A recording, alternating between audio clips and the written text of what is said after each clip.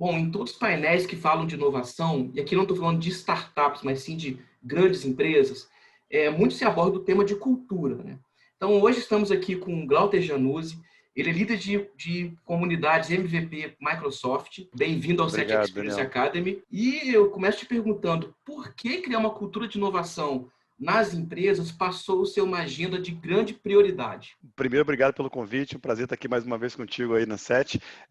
Por sobrevivência, eu acho que a história mostra, né, alguns bons exemplos de Kodak, Nokia e outras empresas que dominavam o seu setor e simplesmente desapareceram porque não incentivaram a cultura de inovação interna. Muitos projetos, muitas inovações nascem em algumas áreas ou subdepartamentos de uma grande empresa e acabam sendo matadas porque politicamente existia já um status quo estabelecido de um produto, de um serviço que era muito forte, né, e que era a menina dos olhos de uma empresa, e essa área politicamente acaba absorvendo ou minimizando aquele ruído de uma cultura de inovação.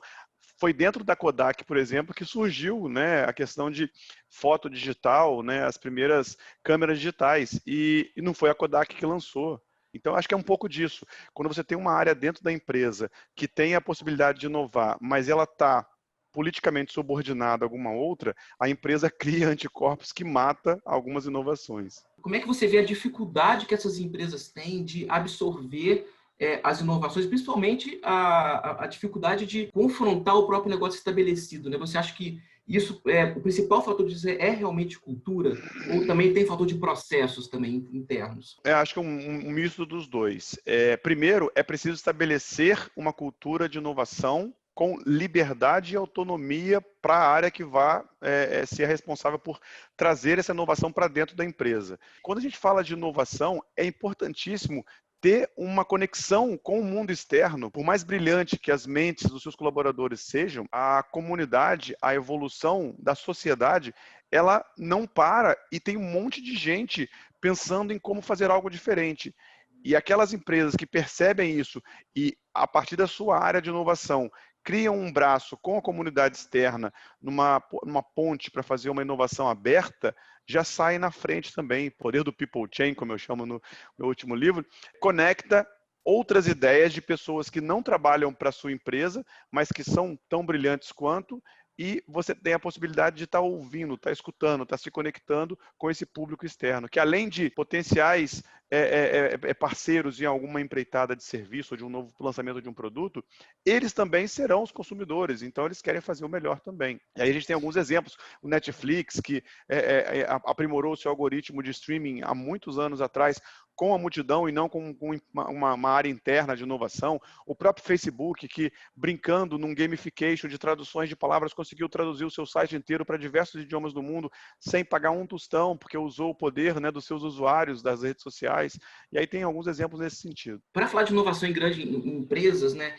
Hoje muita gente está tentando adquirir as capacidades de empreendedor, né? Então a gente fala muito de empreendedorismo, as escolas estão ensinando empreendedorismo para as pessoas, para os jovens. Muita gente quer abrir o próprio negócio, mas também existe um espaço para empreender numa grande empresa, né? Que a gente chama de intraempreendedor.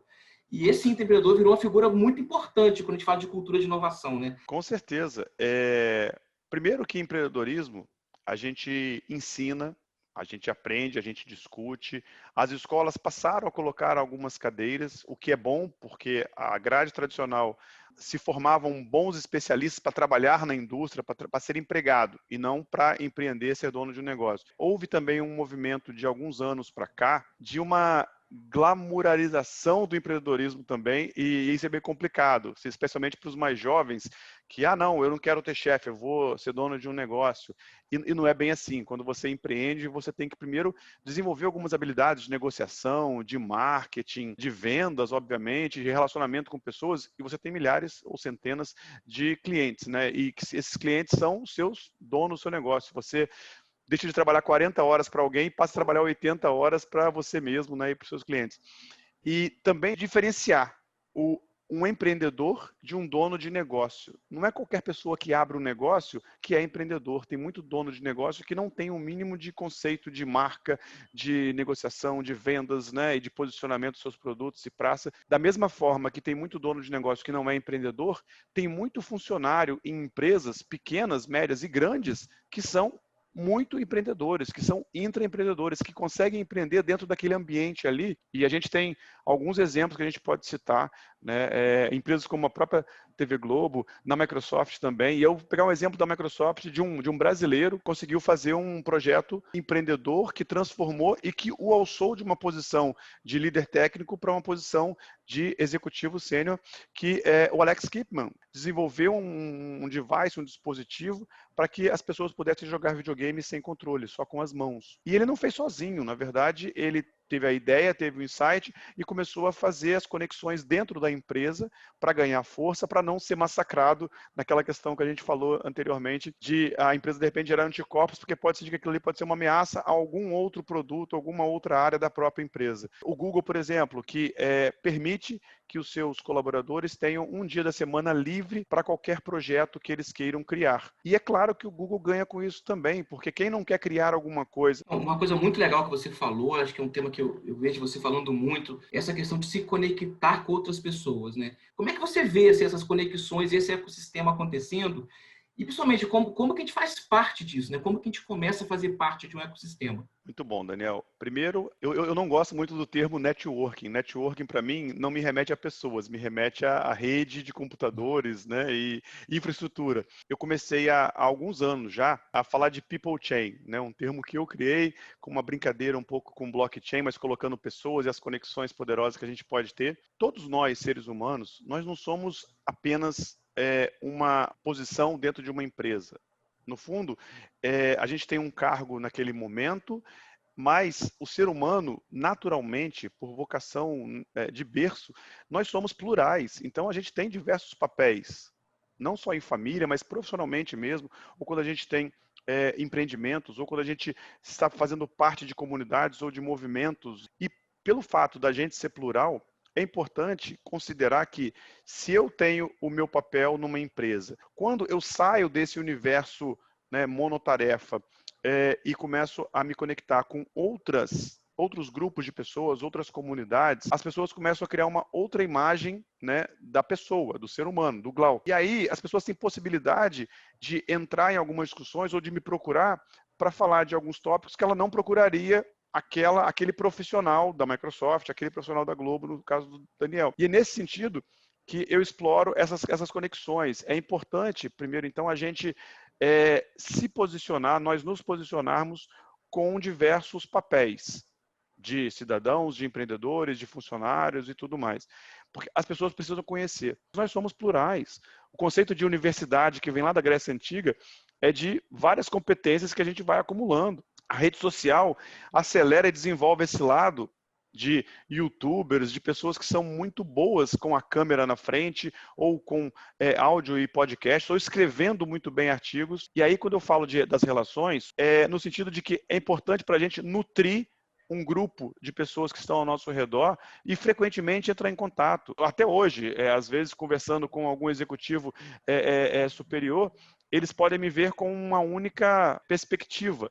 Mas quando você começa a mostrar outras possibilidades, acho que as oportunidades se abrem. E você tem o seu lado de empreendedor social com um projeto do Atitude Infinita, que é um projeto de mentoria e tal. Eu queria que você explicasse um pouco para a gente como funciona esse projeto, o que te levou a construir isso e qual o seu propósito, né, a partir disso. Eu já tinha um sonho interno, um desejo interno de empreender sendo dono de uma escola, para ser um diretor do porte de Dumbledore lá do Harry Potter, com aquela barba bem grande, né? E as crianças me olharam como, olha, esse cara é inteligente. Quando em 2016 eu estava prestes a completar 40 anos de idade, que eu falei, peraí, eu tenho que fazer alguma coisa agora para a comunidade que está ao meu redor, que queiram ser ajudados também. E eu fiz uma análise, né, da minha carreira até então. Eu falei, o que eu tenho de mais importante hoje? São as empresas onde eu trabalhei, as faculdades onde eu estudei? Não. As certificações ou os conhecimentos técnicos que eu estudei?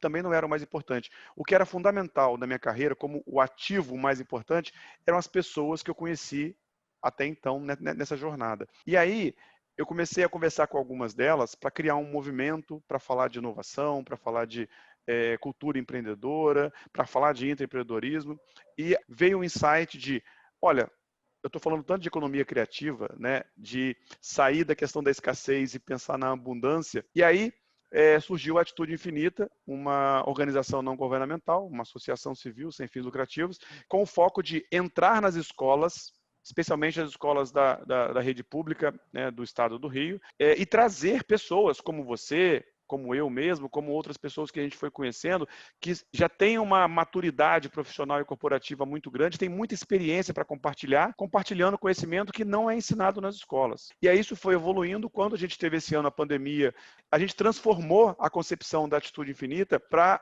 conectar pessoas através de mentorias. Então, eu tirei o foco das escolas e foquei nos estudantes. E também tirei o foco da quantidade. Não, eu não estou preocupado com a quantidade. A gente focou em 2020, a gente vai ter 20 mentorados, 20 jovens selecionados, indicados por algumas ONGs e algumas escolas também parceiras, que tem, como eu falo, não um QI alto, mas um QA muito alto, que é um quociente de atitude, que quer mudar a sua própria situação. Que a gente pode usar esse poder aqui da conexão de internet e das ferramentas de videoconferência, a gente consegue transformar de verdade, impactar, empoderar pelo menos essas pessoas que estão aqui com a gente. E assim vai para poder escalar. Fantástico. Bom, Glauter, muito obrigado. Inovação passa principalmente por atitude, né? Inovação é você implementar grandes ideias, né? Como mensagem final, eu queria deixar exatamente os 5 pontos que eu trato, né, no meu novo livro que vai sair agora, O Poder do People Chain, pela Alta Books. No meu primeiro livro, O Espírito de Startup, o foco era influenciar pessoas, especialmente os mais jovens, a considerarem o empreendedorismo como uma opção de vida. Quando a gente trabalhou no Zup Talks, e o foco já era um pouco diferente, era continuar com a pegada de empreendedorismo, mas falar muito também dessa desconstrução, de falar de intraempreendedorismo, de falar de reinvenção de carreira, pessoas que estão saindo das suas áreas de formação original para buscar outras, o que é totalmente possível. No Poder do People Chain, eu falo de 5 pontos que permitem que uma empresa tenha pessoas ao redor de uma iniciativa, seja uma cultura inovadora, seja um projeto para desenvolvimento de outro produto, em prol de um movimento para poder transformar o nosso país, nossa cidade de alguma forma, ou também profissionais individuais como eu e você, conectar com pessoas importantes que vão elevar a nossa média de conhecimento, de autoestima e de empoderamento, ao mesmo tempo está abrindo novas oportunidades. Então, são 5 pontos que eu trato, que eu chamo, que é o método PLACE. Tudo começa com um propósito de fato, é preciso estabelecer o propósito muito claro. Se uma empresa quer inovar e quer incentivar intraempreendedores, é preciso deixar claro para toda a organização e, de repente, movimentar pessoas de uma área funcional para uma área independente, como a gente falou. O segundo ponto é a questão da liderança. É preciso ter líderes carismáticos, pessoas que sabem atrair outros a seu redor. O terceiro ponto é a atitude, de fato, de querer mudar, de querer transformar, porque se a empresa não tem essa atitude de transformação, ela não vai, né, mudar o status quo. E, por fim, é preciso ter o dedo que a gente usa, aliança ou de compromisso, o comprometimento de todo mundo que está dentro daquela comunidade, projeto ou empresa, de estar transformando. E o último ponto, para que você tenha uma atmosfera aberta de conectar outras pessoas, de atrair outros talentos, é o dedinho que a gente conecta, faz uma corrente aí de pessoas, o People Chain, que é a empatia, que vai atrair pessoas com ideias diferentes para dentro do seu projeto. É possível construir, então, ao redor de um objetivo, de um propósito, um grupo, né, engajado, comprometido, para poder pensar em inovação. Muito obrigado ao Glauter. Bom, pessoal, esse 7 Experience Academy fica por aqui. Se você tem alguma dúvida, pergunta, ou quer fazer algum comentário sobre esse tema, use o espaço aqui embaixo, que em breve responderemos. 7 Experience, tudo sobre tecnologia, mídia e entretenimento.